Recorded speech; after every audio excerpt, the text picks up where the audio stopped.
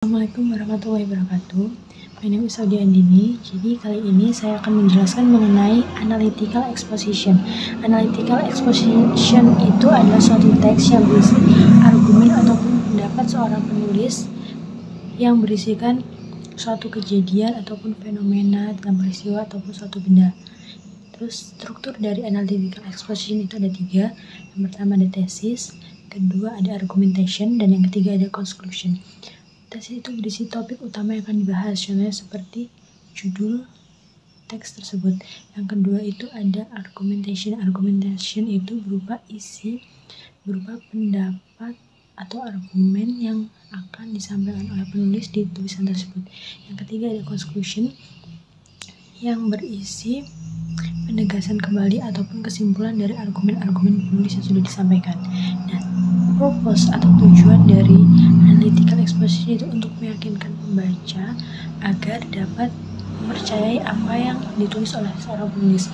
Kemudian ada fungsi sosial dari analytical exposition, yaitu bahwasanya argumen-argumen yang disampaikan oleh penulis itu penting untuk dimengerti oleh seorang pembaca.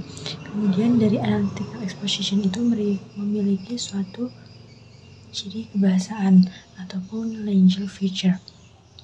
Ciri kebahasaannya itu berupa menggunakan simple past tense. Karena apa? Karena teks ini berupa pendapat yang bersifat fakta, maka dari itu kita harus menggunakan simple past tense.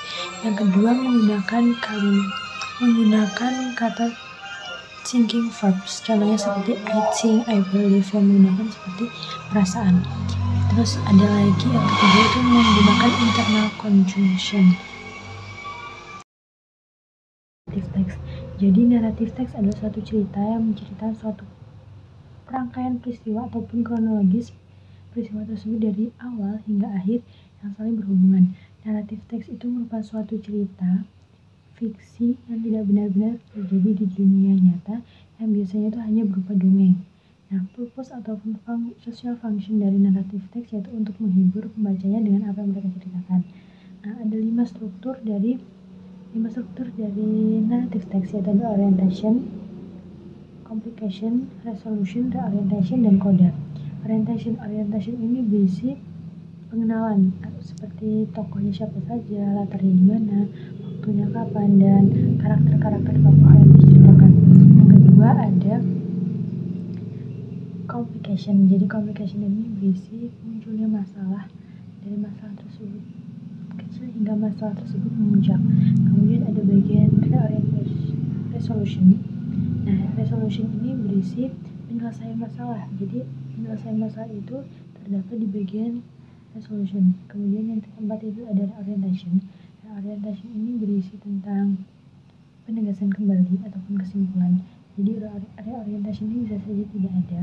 Kemudian yang terakhir itu ada coda. Coda itu ataupun perubahan karakter dari suatu cerita yang dari karakternya jahat menjadi baik gitu. Kemudian ada unsur kebahasaan dari narrative text, yaitu narrative text ini suatu teks yang menceritakan suatu kejadian lampau. Jadi menggunakan past tense yang menceritakan kejadian lampau, terus menggunakan noun atau kata ganti orang. Ada adverb of time, itu contohnya seperti after, before gitu. Terus kemudian ada conjunction, waktu atau penghubung. Terus ada yang terakhir ada action verb. Audio ini akan menjelaskan mengenai personal letter. Personal letter itu suatu surat tidak resmi yang dibuat oleh perseorangan, misalnya dari satu individu untuk individu yang lainnya. Nah, purpose ataupun tujuan dari personal letter itu untuk memberikan kabar ataupun mengundang orang lain.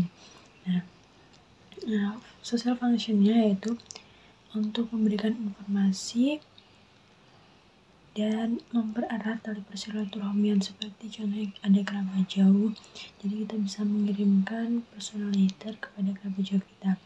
Nah, struktur dari personal letter itu ada date, tanggal, ada address, alamat, ada salutation ataupun salam pembuka seperti assalamualaikum, selamat pagi, ada name, itu nama, ada introduction, itu salam pembuka lagi, ada body ataupun isi surat ini berisi apapun yang akan kita sampaikan kepada penerima suratnya nanti. Ada closure itu menandakan bahwasanya surat itu akan segera selesai. Kemudian ada complimentary itu adalah salam penutup, contohnya with love ya, ataupun waalaikumsalam gitu. Kemudian ada signature, bagian terakhir atau bagian penutup, yaitu bagian di bawah penutup itu diberi tanda tangan yang disebut dengan signature. Nah, unsur kebahasaan dari personal letter itu tidak seperti yang lainnya yang memiliki tenses satu tenses saja. Personal letter itu bisa menggunakan tenses apa saja, jadi tensesnya tidak ditentukan, jadi kita bisa menggunakan tenses apapun. Kemudian kita itu harus menggunakan struktur yang jelas. Kita menggunakan bahasa sehari-hari, kalimat sehari-hari. Kemudian kita juga harus mengisi isi personal letter itu dengan tepat ataupun jelas. Wassalamualaikum warahmatullahi wabarakatuh.